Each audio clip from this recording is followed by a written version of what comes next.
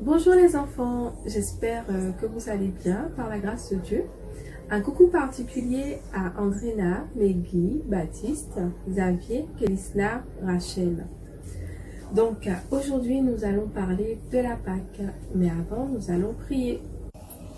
Seigneur mon Dieu, tu es grand, tu es tout-puissant, tu es glorieux. Merci de nous avoir permis, merci de nous permettre d'être là en ton nom. On remet ce moment entre tes mains, fais qu'on apprend plus de ta parole, qu'on mémorise plus de ta parole et qu'on reçoit plus de ta parole. Au nom de ton Fils Jésus que nous t'avons prié. Amen. Alors, la Pâque. Savez-vous que la Pâque s'écrit de deux façons différentes, ce qui veut aussi dire qu'il y a deux significations.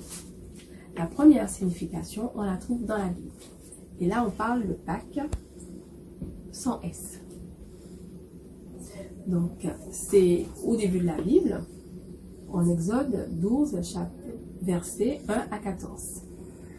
Et rappelez-vous donc de ce moment où Moïse, cet homme choisi par Dieu, avait sorti le peuple d'Égypte.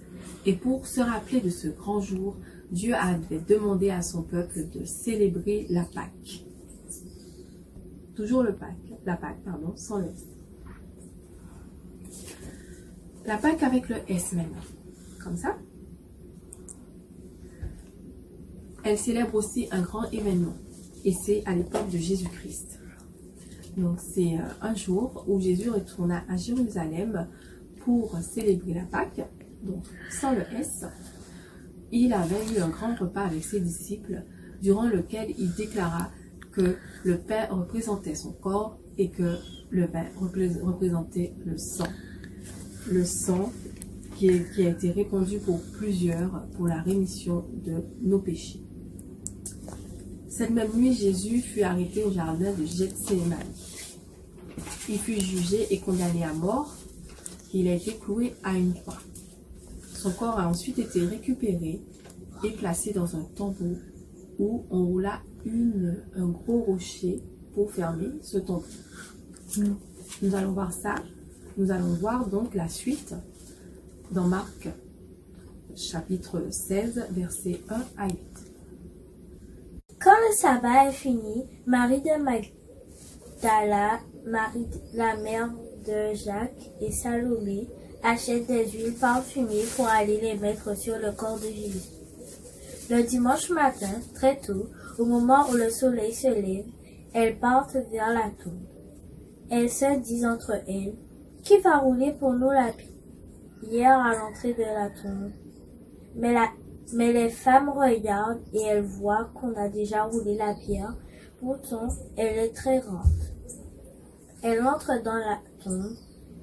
Elles voient un jeune homme assis à droite en vêtements blancs. Alors les femmes sont effrayées. Mais il leur dit: n'ayez pas peur.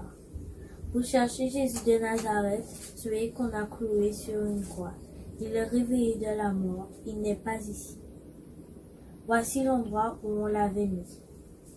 Maintenant, allez dire à Pierre et aux autres disciples: Jésus vous attend en Galilée. Vous le verrez là-bas, comme il vous l'a dit. Les femmes sortent de la tombe et partent en courant.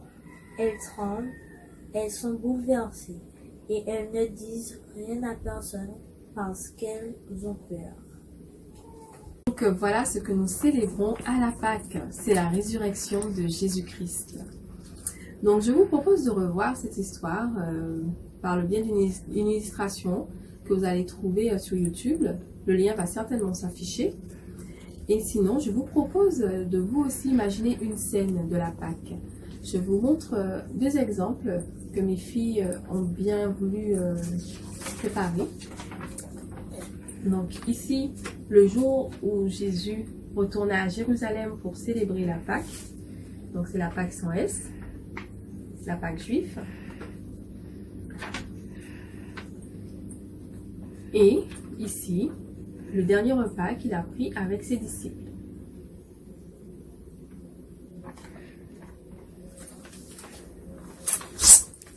Voilà les enfants.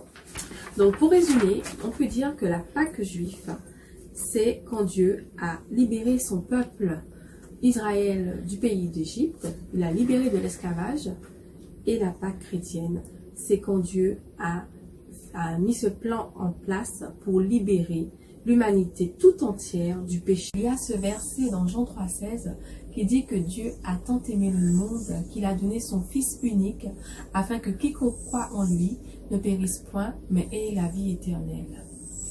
Donc voilà les enfants, n'oubliez pas de rester dans l'obéissance en restant bien confinés à la maison et célébrez bien la Pâque. Soyez bénis.